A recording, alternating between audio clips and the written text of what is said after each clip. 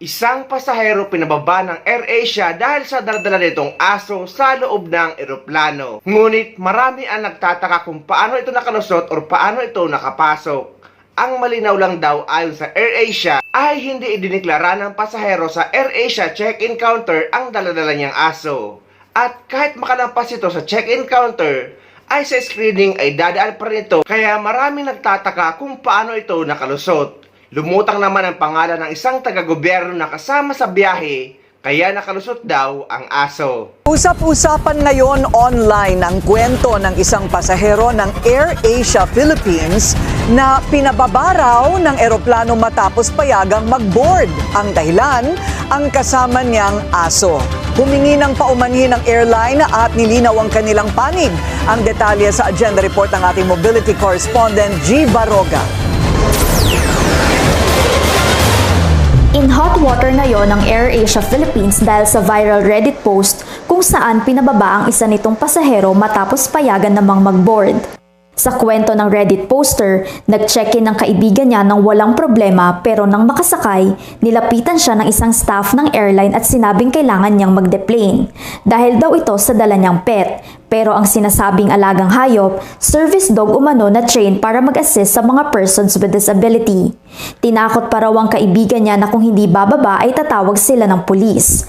Nang dumating ang mga ito, kinuhanan daw ang pasahero at pinahiya pa. May 20 minutes before departure. Sa panayam ng BNC Mobility, nilinaw ni AirAsia Philippines spokesperson Steve Dailisan na mayroong terms and conditions of carriage ang airline na aprobado ng Civil Aviation Authority of the Philippines at Civil Aeronautics Board. At malinaw dito na bawal ang mga hayop. Giit pa niya, hindi anti-pet o anti-service dog ang airline. Sabi po sa akin initially ay hindi po ipinakita yung lagang aso. Hindi po ito idineklara during check-in. Kasi kung doon pa lamang po na ideklara na ng pasahero, ay hindi na po ito agad pahihintulutan. Pero paano ito nakalusot gayong may ilang mga screening na dapat daanan? Paliwanag ni Dailisan, Nabigyan po sila ng tinatawag natin na permit na mag-carry ng live animals. So, inassume daw ng screener na sa ibang airline sasakay. Yun nga lang po, sa ngayon ay sinasailalim po namin sa investigasyon yung aming mga ground staff doon naman po sa mismong boarding gate kung paano po na-conceal or paano po nakalusot. habang patuloy ang investigasyon, humingi ng paumanhin si Dailisan sa pasahero at hiniling din ang pangunawa ng lahat. Ito po ay learning experience din po para sa amin sa AirAsia. Wala po kaming gustong i-offend. Wala po kaming party o interest na gustong ma-offend sa pagkakataon ito. Sadyang pagpapatupad lamang po ito ng polisiya na kabahagi po ng terms and conditions of carriage. Dagdag pa niya, pantay ang tingin nila sa lahat ng kanilang mga pasahero na itinuturing nilang mga guest. Yan ay matapos lumutang ang pangalan ni Misamis Occidental 2nd District Representative Ando Owaminal na umano'y kasama ng pasahero kaya nakalusot ang aso. Hiningi namin ang kanyang panig pero wala pa itong tugon sa ngayon. Samantala, isang hiwalay na issue naman na isang influencer kinasuhan or sinampahan ng kaso ng AirAsia sa NBI. Matapos itong siraan ang kumpanya sa social media kahit hindi naman sila ang may kasalanan. Hot water ang isang influencer dahil sa umano'y mapanirang post laban sa AirAsia. Legal action kasi ang restback ng airline. Yan ang agenda report ni Andrea Salve.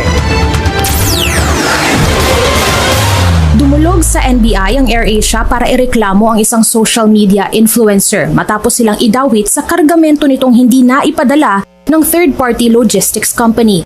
Batay kasi sa post ng influencer na ngayon burado na, bayad na ang kargamentong mula Manila na ililipad sana papuntang Palawan para sa isang event.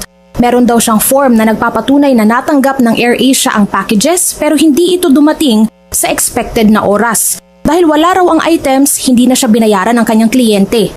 Gate ng AirAsia, hindi sila ang may kasalanan sa nangyari. Sinubukan din nilang ipaliwanag ang sirkumstansya sa influencer pero hindi ito nagpatinag. Inako po mismo ng logistics company yung pagkukulang o pagkakamali. Pero ang binanatan niya po sa social media ay AirAsia. Imbis na itama yung mismong post, nag-repost pa siya, sa kanya po dinelete. Napakarami pong nagalit sa amin. Marami pong nagsabi na hindi na kami sasakay or hindi na kami lilipad ng AirAsia. Dahil syempre followers sila nitong influencer na ito. Dahil sa negative feedback mula sa mga nakabasa at nag-share ng post, minabuti na ng AirAsia na paimbestigahan ito sa NBI para masampahan ng kaukulang reklamo. Kung cloud chasing man po ito, kung anumang irresponsible act, dapat din po talaga maitama. What we are trying to protect here is our reputation so that we will be considered na may goodwill kami when it comes to our business. Tiniyak naman ng NBI na gagawin nila ang makakaya hindi lang para sa kasong ito, kundi para masawata ang social media content creators na tahasang nang-clickbait o nanggagamit ng mga tao at ahensya para lang pataasin ang kanilang online engagement. Actually, sa lahat ng mga airlines sa Pilipinas ay AirAsia ang pinakagusto ko. Dahil sa mga tagapagsalita nila ay sila lang nagbabanggit ng passenger bill of rights. Ito yung mga karapatan ng pasahero na may matatanggap na compensation or pera bawat 24 oras na hindi dumarating ang maleta nyo. Ang AirAsia naman, nagdagdag na raw ng manpower para mano-manong i-load ang mga bagahe sa eroplano.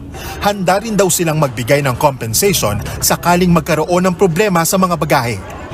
We strictly observe or adhere to the Air Passenger Bill of Rights as well as our terms and conditions of carriage. For every baggage na in bulk po ito, hindi po ito per piece. So 2,400 pesos po for every 24 hours until such time na madala po yung mismo bagahe sa inyong preferred na location.